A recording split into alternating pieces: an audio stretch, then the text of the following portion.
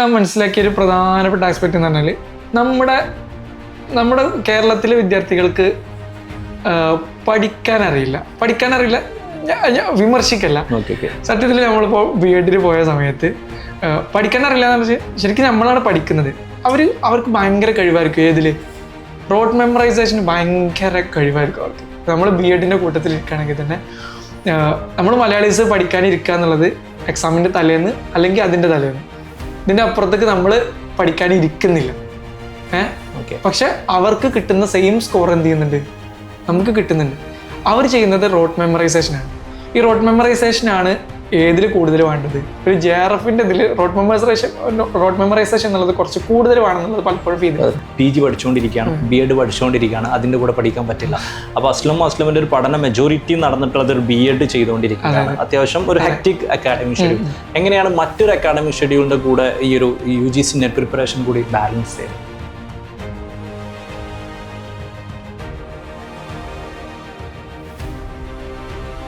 എന്നോട് പലരും ചോദിക്കാറുണ്ട്, ഞാൻ ഇന്ന പെർട്ടിക്കുലർ സബ്ജക്റ്റിലുള്ള ആളാണ്, ഞാൻ എങ്ങനെയാണ് JRFന് വേണ്ടി പഠിക്കേണ്ടത് എന്നുള്ളത്. ഞാൻ എപ്പോഴും പറയാറുള്ള ഏറ്റവും പ്രധാനപ്പെട്ട കാര്യം, നിങ്ങളുടെ സബ്ജക്റ്റിൽ JRF ക്വാളിഫൈ ചെയ്തിട്ടുള്ള ആളുകളോട് സംസാരിക്കുക. അവർക്കാണ് നിങ്ങൾ എങ്ങനെ പ്രിപ്പയർ ചെയ്യണം എന്നുള്ളത് ഏറ്റവും നന്നായിട്ട് നിങ്ങൾക്ക് പറഞ്ഞു തരാൻ സാധിക്കുക എന്നുള്ളതാണ്. ഇന്ന് നമ്മൾ അത്തരത്തിലുള്ള ആ ഒരു പർപ്പസ് ഫുൾഫിൽ ചെയ്യാൻ വേണ്ടിയിട്ടുള്ള മറ്റൊരു ഇൻ്റർവ്യൂമായിട്ടാണ് വന്നിട്ടുള്ളത്. അറബിക് സബ്ജക്റ്റിൽ JRF ക്വാളിഫൈ ചെയ്തിട്ടുള്ള മറ്റൊരു ഇഫ്രൈറ്റുമായിട്ടാണ് നമ്മളിന്ന് സംസാരിക്കുന്നത്. സോ നമ്മളെ കൂടെ ഇന്നുള്ളത് മുഹമ്മദ് അസ്ലമാണ്, അറബിക് JRF ഹോൾഡറാണ്. So first of all congratulations Aslam. Thank you sir. Okay, so basically അസ്ലമിൻ്റെ ഒരു അക്കാഡമിക് ജേണി ഒന്ന് പറയാം, എങ്ങനെയാണ് നെറ്റിലേക്ക് എത്തിയത് എന്നുള്ളൊരു ആസ്പെക്ട് ഇനീഷ്യലി. അക്കാഡമിക് ജേണി എന്ന് പറഞ്ഞാൽ സത്യം പറഞ്ഞാൽ ഞാനൊരു അറബിക് ഫോക്കസ്ഡ് ആയിട്ട് തന്നെയാണ് മുമ്പ് എൻ്റെ ജീവിതം തുടങ്ങുന്നത്. സ്വാഭാവികമായിട്ടൊരു ദർസിൽ പഠിച്ചതായതുകൊണ്ട് എന്നതിലുപരി ചെറുപ്പകാലം മുതൽ തന്നെ അറബിയോടൊരു താല്പര്യവും അറബിക്കിൻ്റെ വിഷയങ്ങളിലൊക്കെ കലോത്സവങ്ങളിലും കാര്യങ്ങളൊക്കെ പങ്കെടുത്തിട്ട് അങ്ങനെയുള്ളൊരു ഇതാണ്. അപ്പോൾ +2 ശേഷം ഓൾറെഡി അത്യാവശ്യം മാർക്കുകളൊക്കെ സ്കോർ ചെയ്തെങ്കിലും എൻ്റെ താല്പര്യം എന്നുള്ളത് ഒരു അറബിക്കിലേക്ക് നീങ്ങുക എന്നുള്ളതായിരുന്നു. അറബിക്ക് BA എടുത്ത് അങ്ങനെ മുന്നോട്ട് പോകുക എന്നുള്ളതായിരുന്നു. പക്ഷെ പെട്ടെന്നാണ് ഒരു റെഗുലർ ആസ്പെക്റ്റിലേക്ക് നമ്മൾ ചിന്തിക്കുകയും റെഗുലർ ആണെങ്കിൽ എനിക്ക് ഇംഗ്ലീഷ് എടുക്കാനുള്ള ഒരു ഓപ്ഷൻ ആയപ്പോൾ ഇംഗ്ലീഷിലേക്ക് വഴിമാറുകയും ചെയ്തു. പക്ഷേ അറബിക്കിനോടുള്ള പാഷൻ നിന്നില്ല. ഇംഗ്ലീഷിന് ശേഷം BEd ഇംഗ്ലീഷ് ചെയ്യുന്നതോട് കൂടെ തന്നെ അറബിക്ക് PG ചെയ്യുക എന്നുള്ള ഒരു ആശയം മനസ്സിൽ തോന്നി. പ്രധാനമായിട്ട് തന്നെ JRF എടുക്കുക എന്നുള്ളത് തന്നെയായിരുന്നു ലക്ഷ്യം. പല ആളുകളുടെയും സാഹചര്യങ്ങൾ വ്യത്യസ്തമാണല്ലോ. എനിക്ക് JRF എടുക്കുക എന്നുള്ളതായിരുന്നു എൻ്റെ അക്കാഡമിക് ജേണി മുന്നോട്ട് കൊണ്ടുപോകാനുള്ള ഏറ്റവും പ്രധാനപ്പെട്ട ഒരു ഓപ്ഷൻ എന്നുള്ളത്. ആ നിലക്കാണ് JRFന്റെ പഠനം തുടങ്ങുന്നത്. സ്വാഭാവികമായിട്ടും ഒരു BEd ചെയ്യുന്ന ആളുകളെ സംബന്ധിച്ച് BEdോട് കൂടെ BEdന്റെ ടൈറ്റ് ഷെഡ്യൂളിനോട് കൂടെ നമ്മൾ ഒരു JRFന് കൂടെ പഠിക്കുക എന്നുള്ളത് ഇച്ചിരി ഒരു കുറച്ച് ടഫുള്ളൊരു വിഷയമാണ്. എങ്കിലും നമ്മുടെയൊക്കെ സ്ഥാപനം മഅദിൻ അക്കാദമിയിലാണ് പഠിക്കുന്നത്. അവിടുന്നാണ് നെറ്റിനുള്ള കൂടുതൽ 2-3 സീനിയേഴ്സ് ഓൾറെഡി മുമ്പ് JRF ക്വാളിഫൈ ചെയ്തു. അപ്പോൾ നമുക്കും ക്വാളിഫൈ ചെയ്യാൻ കഴിയുമെന്നുള്ളൊരു ആത്മവിശ്വാസം അവിടുന്നാണ് ഫസ്റ്റ് കിട്ടിയത്. അതിനുശേഷം നമ്മൾ BEdൽ നിൽക്കുന്ന കാലഘട്ടത്തും ഈ പഠനം തുടരുക എന്നുള്ളത് ഒരു ആവശ്യമാണ്.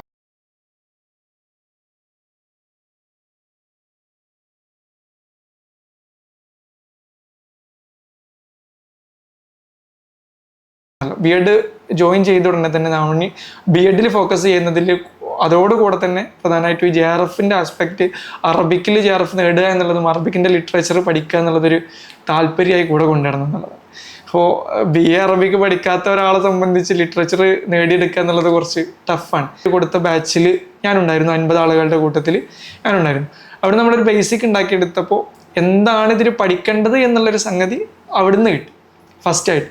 പിന്നെ നമ്മൾ കൂടുതൽ സെൽഫ് സ്റ്റഡിയിലാണ് നമ്മൾ ഫോക്കസ് ചെയ്തത്. സെൽഫ് സ്റ്റഡിയിൽ എന്ന് പറഞ്ഞാൽ നമ്മൾ ആ ഓരോ ഏരിയകൾ കവർ ചെയ്ത് പോവുക. എന്നിട്ടും 2 വർഷം ഞാൻ അവിടെ എടുത്തിട്ടും എനിക്ക് കവർ ചെയ്യാത്ത കുറച്ച് ഏരിയകളൊക്കെ ഉണ്ടായിരുന്നു. അതൊക്കെ പിന്നീട് നമ്മൾ വർക്കൗട്ട് ചെയ്തു. ഓക്കെ. അപ്പോൾ ഇതിൽ ഒന്നുകൂടി ഒരു ക്ലാരിറ്റി കിട്ടാൻ വേണ്ടിയിട്ട്, ഇപ്പം ക്ലാരിറ്റി എന്നല്ല, പല ആളുകളും ഇപ്പോൾ എന്നോട് അറബിക് സ്റ്റുഡൻസിനോടൊക്കെ സംസാരിക്കുമ്പം അവർ തുടക്കത്തിൽ പറയുന്ന അവരുടെ 2 പ്രധാനപ്പെട്ട സ്ട്രഗിളുകൾ ചില ആളുകൾ പറയാറുണ്ട്. ഒന്ന്, അവർ ഡിഗ്രി അറബിയല്ല പഠിച്ചിട്ടുള്ളത്. രണ്ടാമത്തെ ഒരു ആസ്പെക്റ്റിൽ അവർ ഇനി അറബി പഠിച്ചിട്ടുണ്ടെങ്കിൽ തന്നെ ഞാൻ മനസ്സിലാക്കുന്നത് നമ്മുടെ നാട്ടിലെ മെജോറിറ്റി ഓഫ് ദ അറബിക് സ്റ്റുഡൻസും ഒരു മതപരമായിട്ടുള്ള ബാക്ക്ഗ്രൗണ്ടിലൊക്കെ വരുന്ന ആളുകളായതുകൊണ്ട് മെജോറിറ്റി ഓഫ് ദ കേസുകളും ഒരു ഡിസ്റ്റൻസ് ബേസ്ഡ് ആയിട്ടായിരിക്കും PG ഫോളോ ചെയ്തിട്ടുണ്ടാവും. അത് അറബിക് എന്നുള്ളതല്ല, ബാക്കിയുള്ള സബ്ജക്റ്റുകളും ചിലപ്പോൾ നമ്മൾ കാണാറുണ്ട്. അപ്പം ഈ രണ്ട് പ്രശ്നങ്ങളും ഉണ്ടായിരുന്ന ഒരാളാണ് അസ്ലം. അതായത് ഡിഗ്രി അറബി പഠിച്ചിട്ടില്ല, PG ഞാൻ മനസ്സിലാക്കുന്നത് ഡിസ്റ്റൻ്റ് ആയിട്ടായിരുന്നു. PG ഡിസ്റ്റൻ്റ് ആയിട്ടായിരുന്നു. ഇത് രണ്ടുമാണ് ഇന്നത്തെ കുട്ടികളെ ഏറ്റവും വലിയൊരു ബ്ലോക്കായിട്ട് ഒരു അറബിക് സ്പെസിഫിക് ആയിട്ട് തന്നെ പോകാം, നമുക്ക് അറബിക് സ്റ്റുഡൻസ് പോകുന്നത്. അപ്പോൾ ആ കുട്ടികൾക്ക് ഒരു ഒരു ഒരു ഒരു ഒരു ഇത് നടക്കുമോ എന്നുള്ളൊരു കൺഫ്യൂഷൻ ഉണ്ട്. അത് നടക്കുമോ എന്നുള്ള കൺഫ്യൂഷൻ ഇനി പ്രസക്തി ഇല്ല, അസ്ലം അത് നടത്തി കാണിച്ചു കൊടുത്തു. പക്ഷെ എങ്ങനെയാണ് ആ ചലഞ്ച് ബേസിക്കലി അസ്ലം വർക്കൗട്ട് ചെയ്തത്? അത് പ്രത്യേകിച്ച് പറയാൻ കാരണം എന്താ വെച്ചാൽ ഈ അസ്ലം കോമ്പീറ്റ് ചെയ്തിട്ടുള്ളത് അല്ലെങ്കിൽ ഈ സ്റ്റുഡൻസ് കോമ്പീറ്റ് ചെയ്യേണ്ടത് ഡിഗ്രിയും PG യും ഇന്ത്യയിലെ വൺ ഓഫ് ദി ബെസ്റ്റ് യൂണിവേഴ്സിറ്റികളിൽ പഠിച്ച ആളുകൾ കൂടിയായിട്ടാണ്. This is a pan Indian exam. എങ്ങനെയാണ് ആ ഒരു ചലഞ്ച് ഓവർകം ചെയ്തത്? സത്യത്തിൽ നമ്മുടെ ഈ ഡിഗ്രി PG എന്നൊക്കെ പറയുന്നത് പ്രത്യേകിച്ച് അറബിക്കിനെ സംബന്ധിച്ച് നമ്മുടെ നെറ്റ് സിലബസിനോട് ബന്ധമുണ്ടോ എന്ന് ചോദിച്ചാൽ ബന്ധമുണ്ട്. നമ്മുടെ അറബിക്കിൻ്റെ നമ്മളിപ്പോൾ കാലിക്കറ്റ് യൂണിവേഴ്സിറ്റി ആണെങ്കിലും മറ്റ് യൂണിവേഴ്സിറ്റികളിലൊക്കെ ആണെങ്കിൽ അറബി ശരിക്കും പഠിച്ച ഒരാളെ സംബന്ധിച്ച് തന്നെ അലിഗഡ് യൂണിവേഴ്സിറ്റിയിൽ വരെ അറബിയിൽ പഠിച്ച ആളുകളോട് തന്നെ അറബിയുടെ ചില കാര്യങ്ങളൊന്നും ചോദിച്ചാൽ അവർക്കറിയില്ല. കാരണം എനിക്ക് പലപ്പോഴും ഫീൽ ചെയ്തിട്ടുള്ളൊരു സംഗതി എന്ന് വെച്ചാൽ നമ്മുടെ അറബിക് എഡ്യൂക്കേഷൻ അത്ര ഒരു ഇമ്പോർട്ടൻ്റ് നമ്മുടെ കേരളത്തിനൊന്നും കിട്ടുന്നില്ല. ഡിഗ്രി ഒക്കെ ആണെങ്കിൽ തന്നെ നമുക്ക് വെറുതെ സ്കോർ തരിക. ഇപ്പോൾ കാലിക്കറ്റ് യൂണിവേഴ്സിറ്റിയിലൊക്കെ നമുക്ക് ഒരു 70% മുകളിലില്ലാത്ത അറബിക് സ്റ്റുഡൻസ് എന്നുള്ളത് വളരെ കുറവായിരിക്കും. അവരിത് എന്ത് ആസ്പെക്റ്റിലാണ് മാർക്ക് ചെയ്യുന്നതെന്നൊക്കെ നമുക്കറിയാം. പിന്നെ പ്രത്യേകിച്ച് നമ്മൾ ഡിഗ്രി അറബി ആവുക എന്നുള്ളത് കൊണ്ട് പ്രത്യേകിച്ച് വലിയൊരു ബെനിഫിറ്റ് എനിക്ക് ഫീൽ ചെയ്തിട്ടില്ല. പക്ഷെ ചില ആളുകൾ പറയാറുണ്ട് എന്ത് ഡിഗ്രി ഉഷാറായിട്ട് പഠിച്ചിരുന്നെങ്കിൽ എന്ത് ചെയ്തിരുന്നു, എനിക്ക് ഉപകാരപ്പെടുമായിരുന്നു. പക്ഷെ അതങ്ങനെ ചെയ്യാറില്ല, ആരും ചെയ്യാറില്ല എന്നുള്ളത് തന്നെയാണ്. അപ്പോൾ അതിനുശേഷം പിന്നെ PG ആണ്. PG ഇപ്പോൾ ഡിസ്റ്റൻസ് ആയാലും റെഗുലർ ആയാലും നമ്മുടെ ഒരു ലിറ്ററേച്ചർ ആസ്പെക്റ്റിൽ നമ്മൾ കൂടുതലായിട്ട് പഠിക്കുക ടെക്സ്റ്റുകളെ കുറിച്ചാണ് പഠിക്കുക. അപ്പോൾ അതായത് ഒരു രചയിതാവിനെ എടുക്കുകയാണെങ്കിൽ അദ്ദേഹത്തിൻ്റെ ടെക്സ്റ്റുകളാണ് കൂടുതലായിട്ട് നമ്മൾ പഠിക്കുക. കഥകൾ, സ്റ്റോറീസ് അല്ലെങ്കിൽ പോയംസ് ആണ് നമ്മൾ ഒരുപാട് പഠിക്കുക. പക്ഷെ സത്യത്തിൽ ഇതിനാവശ്യമില്ല. JRFൻ്റെ ഒരു വിഷയത്തിൽ നമുക്കിതിനാവശ്യമില്ല. നമുക്കൊരു 10 ആളുകളായിരിക്കും ചിലപ്പോൾ നമ്മളൊരു സെമസ്റ്ററിലൊക്കെ ഒരു കൂട്ടത്തിൽ പഠിക്കുക. നമുക്ക് എത്ര സെമസ്റ്റർ ഉണ്ട്? നമുക്ക് മാക്സിമം ഒരു ഡിഗ്രി PG ഇതിലൊക്കെ പോവുകയാണെങ്കിൽ നമുക്കൊരു 30 ആൾ 40 ആളുകളൊക്കെ നമ്മൾ പരിചയപ്പെടുള്ളൂ. അതല്ലാതെ അതിൻ്റെ അപ്പുറത്തേക്ക് നമുക്ക് ഡിഗ്രിയിലോ PGയിലോ ഒരു ആവശ്യമില്ല എന്നുള്ളതാണ്. പക്ഷെ നമ്മൾ JRFൻ്റെ ഇതിൽ നോക്കുകയാണെങ്കിൽ നമുക്ക് 130 120 ആളുകളെ തന്നെ പറ്റി നമുക്ക് പഠിക്കാനുണ്ട്. ഈ ആളുകളെ പറ്റി പഠിക്കുക എന്നുള്ളത് നമ്മുടെ ഒരു PG റെഗുലറായിട്ട് ചെയ്ത ആള് ഒരു ലിറ്ററേച്ചറിൻ്റെ ഇത് നോക്കുകയാണെങ്കിൽ അത് ബെനിഫിറ്റാണ്. പക്ഷെ ഒരു JRF എന്നുള്ള നിലയിൽ നോക്കുകയാണെങ്കിൽ വലിയ അഡ്വാൻറ്റേജ് ആക്കുന്നില്ല എന്ന് തന്നെ നമുക്ക് പറയാം. കാരണം ഈ കഥയും JRFൻ്റെ എക്സാമിലെ ക്വസ്റ്റ്യൻസുമായി യാതൊരു ബന്ധമില്ല. ക്വസ്റ്റ്യൻസ് വരാറില്ല എന്ന് തന്നെ നമുക്ക് ഓപ്പണായി പറയാം. ഇപ്പോൾ നമുക്ക് അത്രയും പ്രധാനപ്പെട്ട രചയിതാക്കളാണ് നമ്മുടെ ത്വാഹ ഹുസൈനെ പോലത്തെ അറബിക്കിലുള്ള രചയിതാക്കൾ.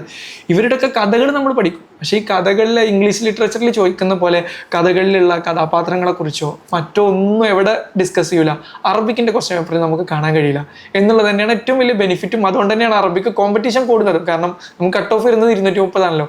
230 കട്ട് ഓഫ് വരുന്നത് എന്താണെന്ന് ചിന്തിച്ചാൽ ജസ്റ്റ് സിമ്പിൾ അറബിക്ക് സിമ്പിളാണ്, സിലബസ് വളരെ ചുരുങ്ങിയതാണ്, നമുക്ക് കുറച്ച് ആളുകളെ പറ്റി പഠിക്കാനുണ്ട്, അവരെ പറ്റി എല്ലാവരും നല്ലോണം പഠിക്കുന്നു, അതിൽ ഒന്നുകൂടി മികച്ച ആളുകൾക്ക് എന്ത് ചെയ്യുന്നു കിട്ടും. അതുകൊണ്ട് നിങ്ങൾ പറഞ്ഞ പോലെ കട്ട് ഓഫ് കൂടുന്നു ഒരു ലിമിറ്റഡ് ആസ്പെക്റ്റിലേക്കാണ്. പക്ഷെ ഇതിൽ ഒറ്റൊരു കാര്യം കൂടി, ഇപ്പം അസ്ലം തന്നെ വർക്കൗട്ട് ചെയ്തൊരു ആസ്പെക്റ്റിൽ ഇപ്പം നമ്മളോടൊക്കെ ഏറ്റവും കൂടുതൽ കുട്ടികൾ ഇതുപോലെ പറയുന്ന PG പഠിച്ചുകൊണ്ടിരിക്കുകയാണ്, BEd പഠിച്ചുകൊണ്ടിരിക്കുകയാണ്, അതിൻ്റെ കൂടെ പഠിക്കാൻ പറ്റില്ല.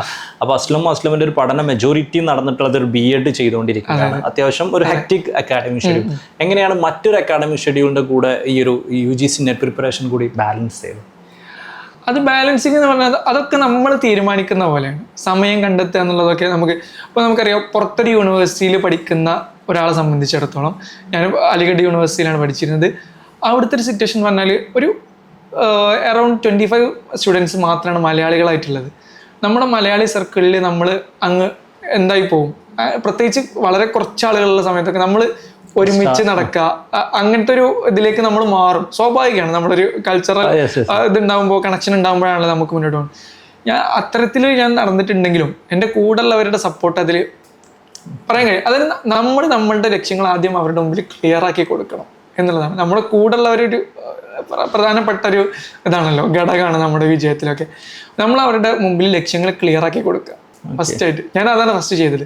ഞാൻ ഫസ്റ്റ് അവർ കൂട്ടത്തിൽ എല്ലാവരും കൂടി ഒരു യാത്ര പോയ സമയത്ത് തന്നെ ഞാൻ മാറി നിന്ന സമയത്ത് അവർ ചോദിച്ചു എന്താണെന്ന് ചോദിച്ചു. ഞാൻ പറഞ്ഞു അന്ന് എനിക്ക് JRF കുറിച്ച് ജസ്റ്റ് ബേസിക് ഉള്ളു, പക്ഷെ എനിക്ക് ഇത്ര ഉണ്ടായിരുന്നുള്ളൂ, എങ്ങനെയായാലും എനിക്ക് ഇത് നേടിയെടുക്കണം. അപ്പം ഞാൻ അന്ന് ആ യാത്ര അവരുടെ കൂടെ പോയില്ല, ഫസ്റ്റ് യാത്ര കേട്ടോ. അവർക്കൊരു ക്ലാരിറ്റി കിട്ടി. അതെ, അവർക്ക് ക്ലാരിറ്റി കിട്ടി ഞാനിത് എത്രത്തോളം ഇതിന് ഫോക്കസ് കൊടുക്കുന്നുണ്ട്. പിന്നീട് പിന്നെ അവർ പോയ യാത്രകളൊക്കെ ഞാൻ ഏറെക്കുറെ അവരുടെ പിന്നാലെ പോയിട്ടുണ്ട്, പക്ഷെ അവരെന്നെ വിളിച്ചിട്ടില്ല. ഞാൻ സ്വയം തീരുമാനം എടുത്ത് അങ്ങോട്ട് പോകുന്നതാണ്. അവരെന്നെ ഏത് വിഷയത്തിന് വിളിക്കുമ്പോഴും അവർ ചോദിക്കും പഠിക്കാനുണ്ടെങ്കിൽ ഇരുന്നോ, അല്ല പോരുന്നുണ്ടെങ്കിൽ പോന്നു, അത്രേ ഉള്ളൂ. ഇപ്പം നമ്മൾ മലയാളികൾ ഒന്നിച്ചു കൂടിയിരുന്നിട്ടുള്ള ചില ലിറ്റററി മീറ്റ്സ് പോലെ കുറച്ച് സംഭവങ്ങളൊക്കെ നമ്മൾ പ്ലാൻ ചെയ്തിരുന്നു. അപ്പം ഇതിലൊക്കെ ഞാൻ മാറിക്കാണ് സ്വാഭാവികമായിട്ട് ചെയ്യാറ്. ചിലപ്പോൾ എനിക്ക് ഓക്കെ ഞാൻ ഇപ്പോൾ ഇരുന്നാൽ പഠിക്കൂല എന്ന് തോന്നുന്ന സമയമാണെങ്കിൽ ഞാൻ എന്ത് ചെയ്യും, അവരുടെ കൂടെ പോകും.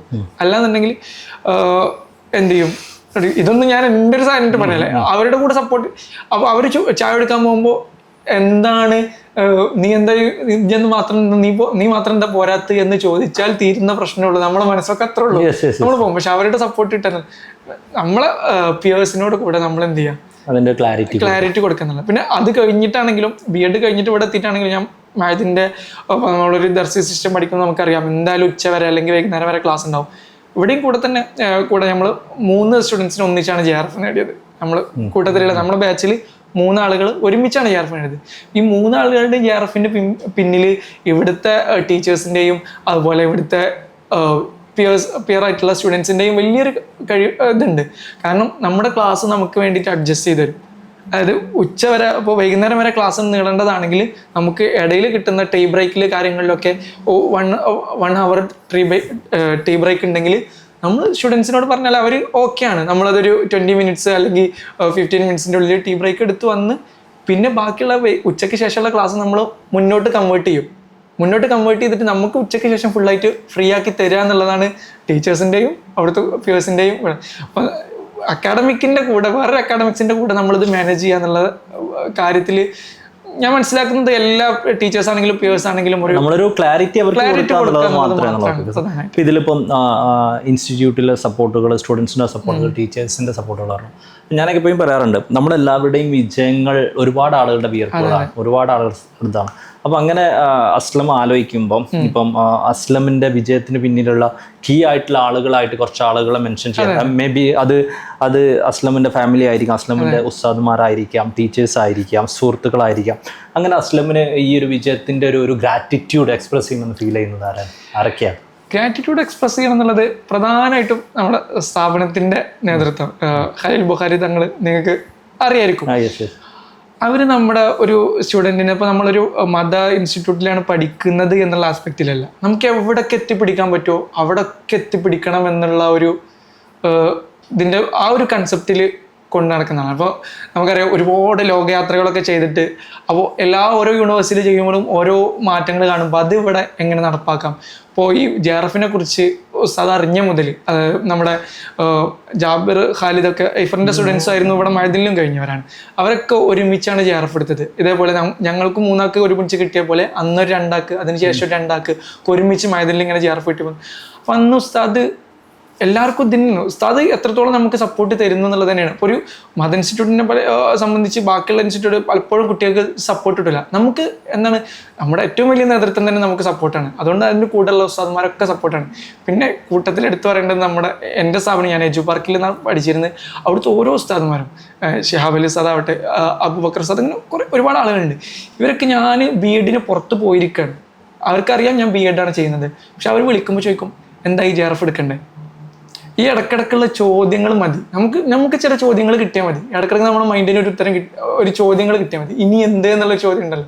ഞാൻ B.Ed കഴിഞ്ഞു വന്നാൽ ഇനി എന്ത്? എനിക്ക് അക്കാഡമിക്സ് മുന്നോട്ട് കൊണ്ടുപോകണമെന്നുണ്ടെങ്കിൽ JRF നേടുക എന്നുള്ളത് മാത്രമാണ് എൻ്റെ മുമ്പിലുള്ള ഒരു ഓപ്ഷൻ എന്നുള്ളത്. അല്ലെങ്കിൽ പിന്നെ നമ്മൾ ഡിസ്റ്റൻസുകൾ ഇതായിട്ട് അപ്പോൾ പിന്നെ ഫാമിലി സ്ട്രഗിൾസ് കാര്യങ്ങളൊക്കെ നമുക്ക് ഗ്യാപ്പ് ചെയ്യേണ്ടി വരും. JRF കിട്ടിയതോടെ ഇതിൻ്റെ എല്ലാ സ്ട്രഗിളും പോയി. അതായത് എൻ്റെ മൈൻഡൊക്കെ ഫ്രീ ആയി. അപ്പോൾ ഉസ്താദൊക്കെ ഏറ്റവും കൂടുതൽ പറയുന്നത് നിനക്ക് നിന്റെ കാര്യം നോക്കണ്ടേ, JRF കിട്ടിയാൽ നീ സേഫാണ്, അല്ലാന്നുണ്ടെങ്കിൽ നീ എന്ത് ചെയ്യും എന്നുള്ള ചോദ്യം ഇടയ്ക്കിടയ്ക്ക് ഇട്ടുതരും. അപ്പോൾ പ്രധാനമായിട്ടും ഉസ്താദുമാരുടെ വിഷയം അങ്ങനെയാണ്. പിന്നെ ഫാമിലിയിൽ നിന്നൊക്കെ എനിക്ക് ഓർമ്മയുണ്ട് B.Ed കഴിഞ്ഞിട്ട് എൻ്റെ കൂടെയുള്ള ആളുകളൊക്കെ സ്ഥാപനത്തിലേക്ക് ജോയിൻ ചെയ്യുന്നതിന് മുമ്പ് ഞാൻ ഒരു മന്ത് മുമ്പ് നേരത്തെ വീട്ടിലെത്തിയിട്ടുണ്ട്. വീട്ടിലിരിക്കുമ്പോൾ ആയാലും ഇപ്പോൾ നമുക്കറിയാം വീട്ടിലിരുന്ന സാഹചര്യത്തിൽ പലപ്പോഴും നമുക്ക് റേഷൻ കടയിൽ പോകേണ്ടി വരും, പീടികയിൽ പോകേണ്ടി വരും, അല്ലേ, പല ഓപ്ഷൻസ് ഉണ്ടാവും. പക്ഷെ ഞാൻ ആ ഒരു മാസം വീട്ടിലിരുന്നിട്ട് എൻ്റെ ഉമ്മ ഒരു തവണ പോലും എന്നെ എങ്ങോട്ടും പറഞ്ഞിട്ടില്ല. ഞാൻ എങ്ങനെയാണോ പഠിക്കാൻ ഉദ്ദേശിക്കുന്നത് ആ രീതിയിൽ എനിക്ക് പഠിക്കുക എന്നുള്ളതാണ്. വീട്ടിൽ ഫ്രീഡാണ്. അതായത് വെള്ളിയാഴ്ചകളിൽ പള്ളികളിലേക്ക് പോകുന്നല്ലാതെ ബാക്കിയൊരു സമയത്ത് എനിക്ക് പുറത്തിറങ്ങേണ്ടി വന്നിട്ടില്ല. ജൂണിലാണത്. ജൂണിലെ ആ സെഷനിൽ തന്നെ എനിക്ക് 2 മാർക്കിനാണ് അന്ന് JRF മിസ്സായത്. പിന്നെ അവിടുന്ന് നിർത്തി എന്നുള്ളിടത്ത് രണ്ടാമത് ഉയർത്തെഴുന്നേൽപ്പിച്ചതും ഇവിടുന്ന് സ്ഥാപനത്തിൽ നിന്നിട്ടാണ് 1.5 മാസം രണ്ടാമത്. നമുക്കറിയാം സെപ്റ്റംബറിലാണ് റിസൾട്ട് വന്നതെന്ന് തോന്നുന്നു. പിന്നെ ഡിസംബറിലാവുമ്പോൾ നെക്സ്റ്റ് എക്സാം ആയി. 1.5 മാസം 2 മാസത്തോളം നിന്നിട്ട് ഇവിടെ നിന്ന് തന്നെയാണ് പഠിച്ചത്. സ്ഥാപനം ഒക്കെ തന്നെ, സുഹൃത്തുക്കള്, ഫാമിലി. അപ്പൊ ഇതിലേ ഇപ്പം പറഞ്ഞ പോലെ നമ്മൾ ജൂൺ എക്സാമിന് ജസ്റ്റ് ഒരു ക്വസ്റ്റ്യന് 2 മാർക്കിനൊക്കെ JRF മിസ്സായത്. അപ്പോൾ ഇപ്രാവശ്യത്തെ റിസൾട്ട് വന്നപ്പോൾ അങ്ങനെ മിസ്സായ ഒരുപാട് ആളുകളുണ്ട്. അത് JRF മിസ്സായ ആളുകളുണ്ട്, നെറ്റ് മിസ്സായ ആളുകളുണ്ട്. അപ്പോൾ ഇതിൽ പലർക്കും നമുക്കറിയാം നല്ല സങ്കടമാണ്, നല്ല പെയിൻഫുൾ ആണ്, മുന്നോട്ട് പോകാൻ എനർജി കിട്ടാത്തൊരു ആസ്പെക്റ്റുകളുണ്ട്. ഡെഫിനറ്റ്ലി അവരത് കിട്ടും, പക്ഷെ അത് കുറച്ച് ലാഗ് ചെയ്യും, കുറച്ച് ടൈം എടുത്തിട്ട്. അപ്പോൾ ആ ഒരു വളരെ ഒരാൾക്കും മനസ്സിലാവില്ല. ഞാൻ എപ്പോഴും പറയാറുണ്ട്, നെറ്റ് എക്സാമിൻ്റെ ഏറ്റവും പെയിൻഫുൾ ആയിട്ടുള്ള ഒരു എക്സ്പീരിയൻസ് എന്താണെന്ന് ചോദിച്ചാൽ JRF ആഗ്രഹിക്കുമ്പോൾ അതിനുവേണ്ടി പഠിക്കുകയും നെറ്റ് കിട്ടുകയും JRF 2 മാർക്കിന് പോവുകയും ചെയ്യുക എന്നുള്ളതാണ്. എങ്ങനെയാണ് അത് ഓവർകം ചെയ്തത്? എങ്ങനെയാണ് അതിൽ നിന്നും മുന്നോട്ട് വന്ന് ഈ യാത്ര തുടരാനും JRF അടിക്കാനുള്ള ആ ഒരു consistency, motivation, water it is work out ചെയ്തത്? അത് സത്യത്തിൽ നമ്മൾ പ്രതീക്ഷിച്ചതിലപ്പുറം ഒരു മാർക്ക് കിട്ടുമല്ലോ. ഇതിൽ എൻ്റെ പഠനം കൃത്യമാണ്, ഞാൻ ഫോക്കസ് ചെയ്യുന്ന രീതിയിൽ എൻ്റെ പഠനം കൃത്യമായിരുന്നു. എങ്കിലും ഒരു JRF കിട്ടാനുള്ള ഒരു ഇതെന്ന് പറയുന്നത് പലപ്പോഴും എനിക്ക് തോന്നിയിട്ടില്ലായിരുന്നു എക്സാം കഴിഞ്ഞ ഉടനെ. അത് ഞാൻ പറഞ്ഞല്ലോ, ഒരു ജൂണിലൊരു എക്സാം ക്യാൻസലാക്കിയ എക്സാമിൽ തന്നെ എനിക്കൊരു 200 ടെൻസ് ആ ഒരു ഏരിയയിൽ എനിക്ക് മാർക്ക് നമ്മൾ കാൽക്കുലേറ്റ് ചെയ്തപ്പോൾ, പേപ്പർ എക്സാം ആയതുകൊണ്ട് നമുക്ക് കാൽക്കുലേറ്റ് ചെയ്യാം. അങ്ങനെ കാൽക്കുലേറ്റ് ചെയ്തപ്പോൾ അത്ര മാർക്ക് വന്നിരുന്നു. അപ്പോൾ എനിക്ക് മനസ്സിലായി സംതിങ്. ഞാൻ ബാക്കിയുള്ളവരുടെ അത്ര ഒരുപാട് പഠിച്ചിട്ടില്ല എന്നുണ്ടെങ്കിലും ഞാൻ പഠിച്ച ഒരു ഏരിയ കൃത്യമാണ് എന്നുള്ളത് മനസ്സിലായി. അപ്പോൾ ഈ ചെറിയ മാർക്കിന് മിസ്സായാലൊക്കെ ഞാൻ മനസ്സിലാക്കുന്നതാണ്, അവരോട് ഏറ്റവും നമ്മൾ പഠിച്ച ഏരിയ കൃത്യമാണ്, അതുകൊണ്ടല്ല നമ്മൾ ഇത്ര അടുത്തെത്തിയത്. നമ്മുടെ പേഴ്സൻറ്റേജിൽ നോക്കിയാൽ നമുക്കറിയാം 98.9 അങ്ങനെയൊക്കെ ആയിരിക്കും. നമ്മൾ ഈ 2 മാർക്കിന് മിസ്സായവരുടെയൊക്കെ പേഴ്സൻറ്റേജിൽ 98.9 ഒക്കെ ആയിരിക്കും വരിക. അപ്പോൾ അവരെന്താ മനസ്സിലാക്കേണ്ടത്, ഇപ്പോൾ 100 ആളുകൾ എക്സാം എഴുതിയിട്ടുണ്ടെങ്കിൽ 98 ആളും ഇവൻ്റെ പിന്നിലാണ്.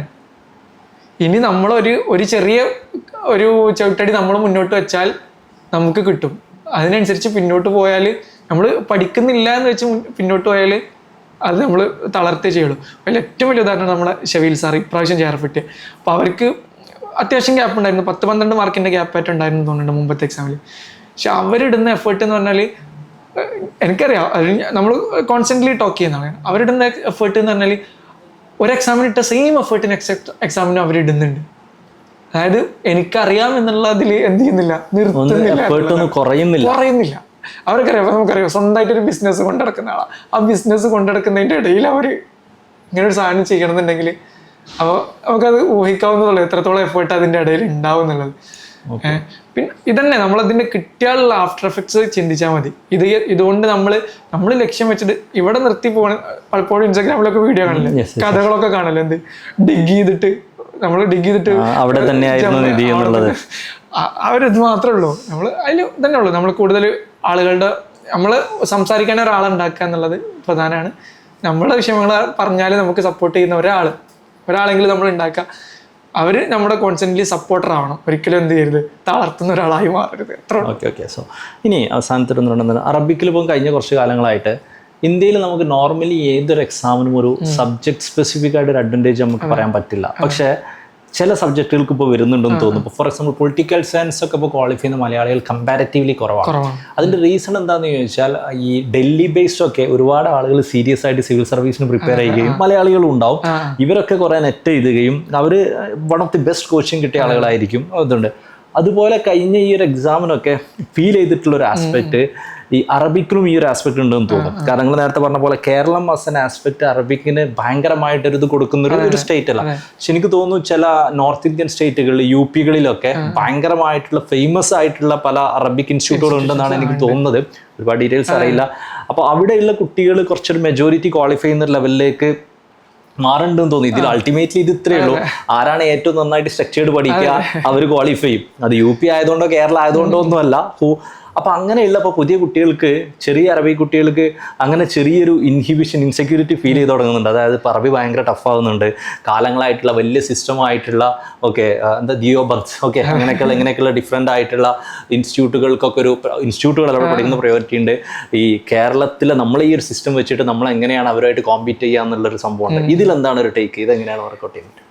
അതിൽ ഞാൻ മനസ്സിലാക്കിയ ഒരു പ്രധാനപ്പെട്ട ആസ്പെക്ട് എന്ന് പറഞ്ഞാൽ നമ്മുടെ കേരളത്തിലെ വിദ്യാർത്ഥികൾക്ക് പഠിക്കാനറിയില്ല. വിമർശിക്കല്ല.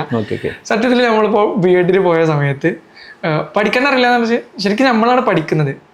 അവർക്ക് ഭയങ്കര കഴിവായിരിക്കും. ഏതില്? റോഡ് മെമ്മറൈസേഷന് ഭയങ്കര കഴിവായിരിക്കും അവർക്ക്. നമ്മൾ BEdന്റെ കൂട്ടത്തിൽ ഇരിക്കുകയാണെങ്കിൽ തന്നെ നമ്മൾ മലയാളീസ് പഠിക്കാനിരിക്കുക എന്നുള്ളത് എക്സാമിൻ്റെ തലേന്ന് അല്ലെങ്കിൽ അതിൻ്റെ തലേന്ന്, ഇതിൻ്റെ അപ്പുറത്തേക്ക് നമ്മൾ പഠിക്കാനിരിക്കുന്നില്ല. പക്ഷെ അവർക്ക് കിട്ടുന്ന സെയിം സ്കോർ എന്ത് ചെയ്യുന്നുണ്ട്? നമുക്ക് കിട്ടുന്നുണ്ട്. അവർ ചെയ്യുന്നത് റോഡ് മെമ്മറൈസേഷനാണ്. ഈ റോഡ് മെമ്മറൈസേഷനാണ് ഏതിൽ കൂടുതൽ വേണ്ടത്? ഒരു JRFന്റെ ഇതിൽ റോഡ് മെമ്മറൈസേഷൻ എന്നുള്ളത് കുറച്ച് കൂടുതൽ വേണമെന്നുള്ളത് പലപ്പോഴും ഫാക്ച്വൽ കാര്യങ്ങൾ കൂടുതലായിട്ട് നമ്മൾ മനസ്സിലാക്കുക എന്നുള്ളതിലുപരി കാണാതെ പഠിക്കുക എന്നുള്ളത് ഒരു ഇമ്പോർട്ടൻ്റ് ആണ്. അപ്പോൾ അവർ ഓൾറെഡി പഠിച്ച് ശീലിച്ചു വന്നത് അതാണ്. ഇപ്പോൾ യൂണിവേഴ്സിറ്റി നമ്മൾ ഇപ്പോൾ എൻ്റെ എഴുത്തിരുന്ന് എക്സാം എഴുതുന്ന ആളുകൾ ചിലപ്പോൾ നമുക്ക് ബുദ്ധിമുട്ടാവും എക്സാം എഴുതുമ്പോൾ. കാരണം അവർ എക്സാം എഴുതുന്നത് അവർ പഠിച്ചത് പറഞ്ഞുകൊണ്ടായിരിക്കും എക്സാം എഴുതാം. നമ്മൾ ചെല്ലിപ്പറക്കി എക്സാം എഴുതാം, അങ്ങനെ ഒരു എക്സാം എഴുതാം. അപ്പോൾ നമുക്ക് അപ്പോൾ അവർക്ക് ഈ റോഡ് മെമ്മറൈസേഷൻ എന്നുള്ള ഒരു കഴിവ് ഓൾറെഡി കുറച്ച് നമ്മളെക്കാൾ എബോവ് ആണെന്ന് പലപ്പോഴും ഫീൽ ചെയ്തിട്ടുണ്ട്. നമുക്ക് മനസ്സിലാക്കി പഠിക്കുക, അതിനെ എങ്ങനെയാണ് നമ്മൾ അങ്ങനെയാണ് എഴുതി പഠിച്ചിട്ടുള്ളത്. നമ്മളൊരിക്കലും നമ്മുടെ മലയാളം ബുക്കിൽ അല്ലെങ്കിൽ ഇംഗ്ലീഷ് ബുക്കിലുള്ളത് അതേപടി എക്സാം എഴുതിയതായിട്ട് ഞാൻ എൻ്റെ ജീവിതത്തിൽ ചെയ്തിട്ടില്ല. അങ്ങനെയുള്ളൊരു വളരെ കുറവായിരിക്കും അല്ലേ? മലയാളികളുടെ അങ്ങനെ വളരെ കുറവാണ്. അപ്പോൾ അവർക്ക് ആ കഴിവ് കൂടുതലുണ്ട്. പിന്നെ അറബിക്കിനെ സംബന്ധിച്ച് അറബിക്ക് അങ്ങോട്ടും ഇങ്ങോട്ടും മാറാം. ഇപ്പോൾ ഈ ജൂൺ സെഷനിൽ ഒരുപാട് കുട്ടികൾ, 14 കുട്ടികൾക്ക് JRF കിട്ടിയതിൽ 3 ആളുകളെ മലയാളീസ് ഉള്ളൂ, ബാക്കി 11 ആളുകളും അവിടെ നിന്നാണ്. അതിന് മുമ്പത്തെ സെഷനിൽ, എനിക്ക് കിട്ടിയ സെഷനിൽ 16 ആളുകൾക്ക് JRF കിട്ടിയതിൽ 12 ആളുകളും മലയാളികളാണ്, 4 ആളുകളെ എന്തുള്ളൂ അവിടുത്തെ ഉള്ളൂ. ആ സെഷനിൽ നമുക്കുണ്ടായ ഒരു ബെനിഫിറ്റ് എന്നുള്ളത് എന്തായിരുന്നു? കുറച്ച് ഗ്രാമർ ബേസിസ് ക്വസ്റ്റ്യൻസ് കൂടുതൽ വന്നു എന്നുള്ളതാണ്. ഗ്രാമർ ബേസിസ് ആകുമ്പോൾ എന്തായാലും നമ്മളായിരിക്കും അവരെക്കാളും മെച്ചപ്പെട്ട. പ്രധാനമായിട്ട് ഒരു മത ഇൻസ്റ്റിറ്റ്യൂട്ടിലൊക്കെ പഠിച്ച വിദ്യാർത്ഥികളെ സംബന്ധിച്ച് 3, 4, 5 കൊല്ലത്തോളം നമ്മൾ ഗ്രാമർ അത്രയും ഡീറ്റെയിൽഡ് ആയിട്ട് പഠിക്കുന്നുണ്ട്. അതൊരു വലിയ ബെനിഫിറ്റായിട്ട് ഫീൽ ചെയ്തിട്ടുണ്ട്. പിന്നെ ഞാൻ പറഞ്ഞില്ല, അവർക്ക് ക്ലാസ് എൻഗേജിങ് ആവണമെന്നോ അല്ലെങ്കിൽ ക്ലാസ്സുകൾ എത്രത്തോളം എങ്ങനെയാണോ, ക്ലാസ്സുകൾ കോച്ചിങ് ഇൻസ്റ്റിറ്റ്യൂട്ട് എങ്ങനെ കോച്ചിങ് കൊടുക്കുന്നു എന്നുള്ളതൊന്നും അവരെ സംബന്ധിച്ച് അതൊരു ഇതായിട്ട് എനിക്ക് ഫീൽ ചെയ്തിട്ടില്ല. അവർ പഠിക്കും, ഇരുന്ന് പഠിക്കും, അവർ പഠിക്കും. ആ ഇതിക്ക് നമ്മൾ മാറുന്നിടത്തോളം കാലം നമുക്ക് JRF കുറച്ച് കുറവായിട്ട് തന്നെ കിട്ടുന്നതാണ് എനിക്ക് ഫീൽ ചെയ്തിട്ടുള്ളത് കേട്ടോ പലപ്പോഴും. ഓക്കെ, അതാണ് ഞാൻ ഇപ്പോൾ റീസെൻ്റ്ലി ഡിസ്കസ് ചെയ്തൊരു സമയത്ത് മനസ്സിലായൊരു സാധനം. Deeper comprehension, thinking, critical analysis ഒക്കെയാണ് ഫ്യൂച്ചറിന് വേണ്ടത്. കഴിഞ്ഞ കൊല്ലം സിലബസ് മാറും എന്ന് പറഞ്ഞപ്പോഴും NTA പറഞ്ഞത് ഇനിയുള്ള പാറ്റേൺ ഒക്കെ അങ്ങനെയായിരിക്കും എന്നുള്ളതാണ്.